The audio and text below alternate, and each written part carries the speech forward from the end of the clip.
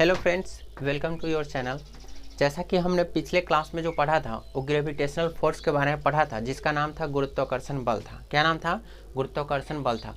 तो उसका हम फर्स्ट ऑफ ऑल क्या देख लिए थे? पहले यूनिट और डायमेंशन देख लिए थे, और कल आपको हम पढ़ा भी दिए थे गुरुत्वाकर्षण बल होता क्या है, व्हाट इज ग्रेविटेशनल फोर्स होता क्या है। ठीक है, तो ये सब डिस्कस करने के बाद अब हम यूनिट एंड डायमेंशन पे आएंगे।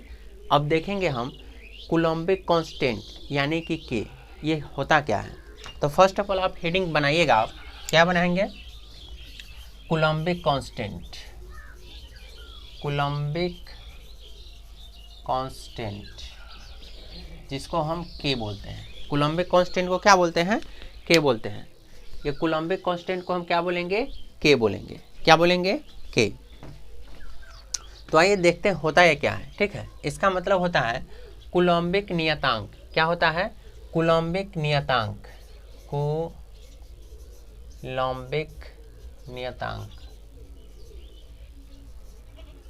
कूलम्बिक नियतांक होता है। ठीक है, अब देखिए ये होता क्या है। ये जो होता है ये F directly proportional Q1 Q2 बटे में R स्क्वायर होता है। क्या होता है? F directly proportional Q1 Q2 बटे में R स्क्वायर। अब यहाँ से क्या होता है, डायरेक्टली प्रोपोर्शनल का साइन हटता है, मतलब हट जाता है, तो इसके बदले में कोई ना कोई कांस्टेंट आएगा जिसका नाम होता है के। के Q1 Q2 बटे में R स्क्वायर आता है। तो अपना ये एक फार्मूला आ गया। लेकिन हमें निकालना क्या है? के, यूनिट और डायमेंशन इसका निकालना है। फर्स्ट ऑफ ऑल हम जान लेते हैं ये सब होता क्या है। वेयर ये F जो होता है ये क्या होता है? कूलम्बिक फोर्स होता है। क्या होता है? कूलम्बिक। F बराबर हम बोलेंगे कूलम्बिक फोर्स। Q जो होता है वो चार्ज होता है। क्या होता है? चार्ज। R जो होता है वो होता है डिस्टेंस। R क्या होता है? डिस्टेंस। K जो होता है कूलम्बिक कांस्टेंट होता है। K बराबर कूलम्बिक कांस्टेंट, मतलब कूलम्बिक नियतांक होता है। डिस्टेंस कहने का मतलब दूरी हो जाएगा, चार्ज कहने का मतलब आवेश हो जाएगा, चार्ज कहने का मतलब आवेश, कूलम्बिक फोर्स कहने का मतलब कूलम्बिक बल कहेंगे। क्या कहेंगे? कूलम्बिक बल। क्या बोलेंगे? कूलम्बिक बल बोलेंगे। तो ये किसे क्या कहते हैं हमें ये पता लग गया। अब हम देखेंगे इसका डायमेंशन होता क्या है। क्या देखेंगे? डायमेंशन। तो फर्स्ट ऑफ ऑल इसका क्या करना होगा, जैसे देखिए यहाँ बोलेंगे F बराबर के Q1 Q2 बटे में R स्क्वायर। इसके नीचे नहीं कुछ है तो 1 होता है। अब हम क्रॉस मल्टीप्लिकेशन गुना करेंगे। क्या करेंगे? क्रॉस मल्टीप्लिकेशन गुना। तो यहाँ से क्या आ जाएगा? F में R से गुना करेंगे तो F गुने R स्क्वायर इजकल टू 1 से गुना करेंगे तो कोई फर्क नहीं पड़ेगा, के Q1 Q2। क्या आ जाएगा? के Q1 Q2 क्या आएगा? के Q1 Q2 आ जाएगा। ठीक है, अब यहाँ से हम क्या कर सकते हैं, यहाँ से हम बोल सकते हैं ये के बराबर जो होगा, के के साथ जो लगा हो कहाँ जाएगा? कोफिशिएंट नीचे। तो Q1 Q2 नीचे चला गया और F R स्क्वायर ऊपर चला गया। तो यहाँ से हमें के का वैल्यू आ गया। किसका वैल्यू आ गया? के का। तो के बराबर क्या बोलेंगे? F R स्क्वायर बटे में Q1 Q2। क्या बोलेंगे? के बराबर F R स्क्वायर बटे में Q1 Q2। अब देखिए इसका देखते हैं डायमेंशन। क्या देखेंगे? डायमेंशन मतलब इसका होता है बीमा। डायमेंशन मतलब क्या होता है? बीमा। तो यहाँ हम के में भी डायमेंशन लगाएंगे। ठीक है फिर F में भी डायमेंशन लगाएंगे, फिर किस में?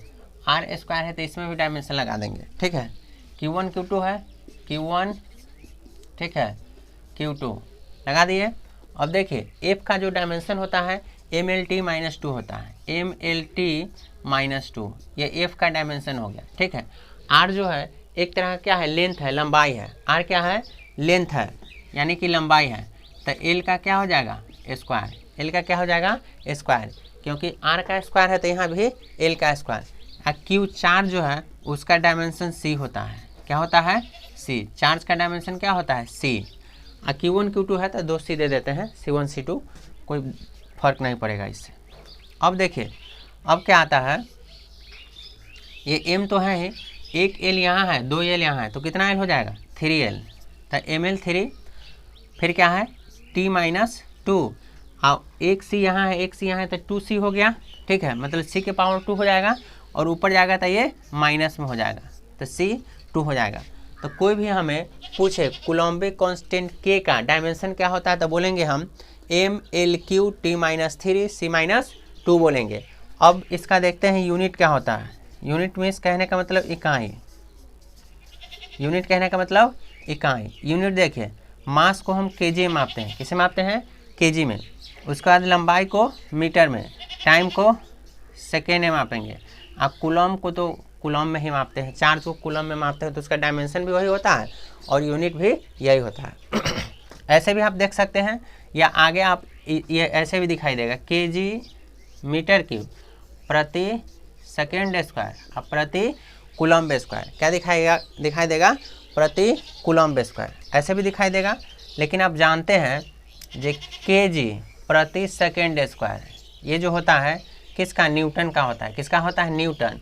तो न्यूटन मीटर क्यूब और प्रति कूलम्ब क्यूब, ऐसे भी आपको दिखने को मिल सकता है। तो ऐसे करके हम देख सकते हैं इसे, ठीक है।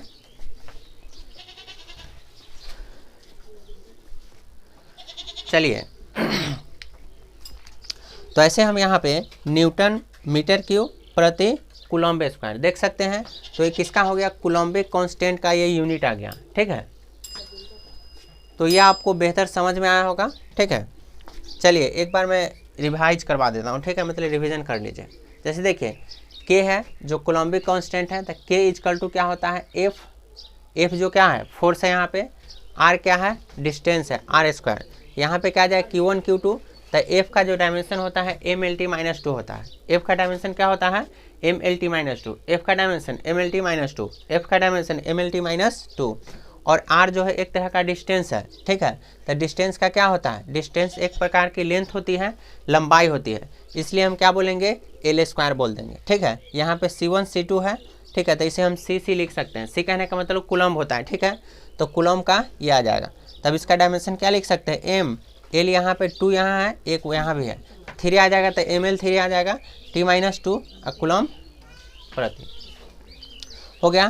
तो ये आपको एक कूलम्बिक कांस्टेंट था। अब एक और कांस्टेंट के बारे में पढ़ना है जिसका नाम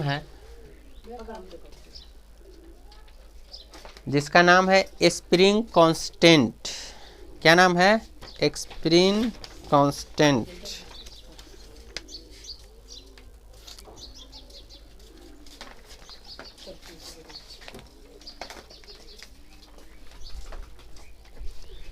स्प्रिंग कांस्टेंट नाम है, कौन सा नाम है, स्प्रिंग कांस्टेंट।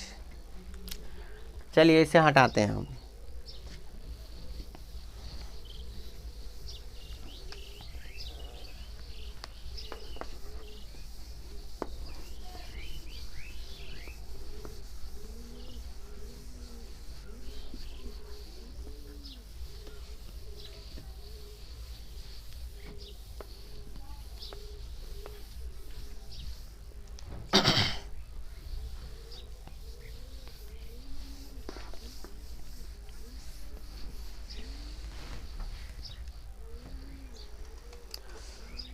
आइए अब हम स्प्रिंग कांस्टेंट को देखते हैं। किसको देखते हैं, स्प्रिंग कांस्टेंट को।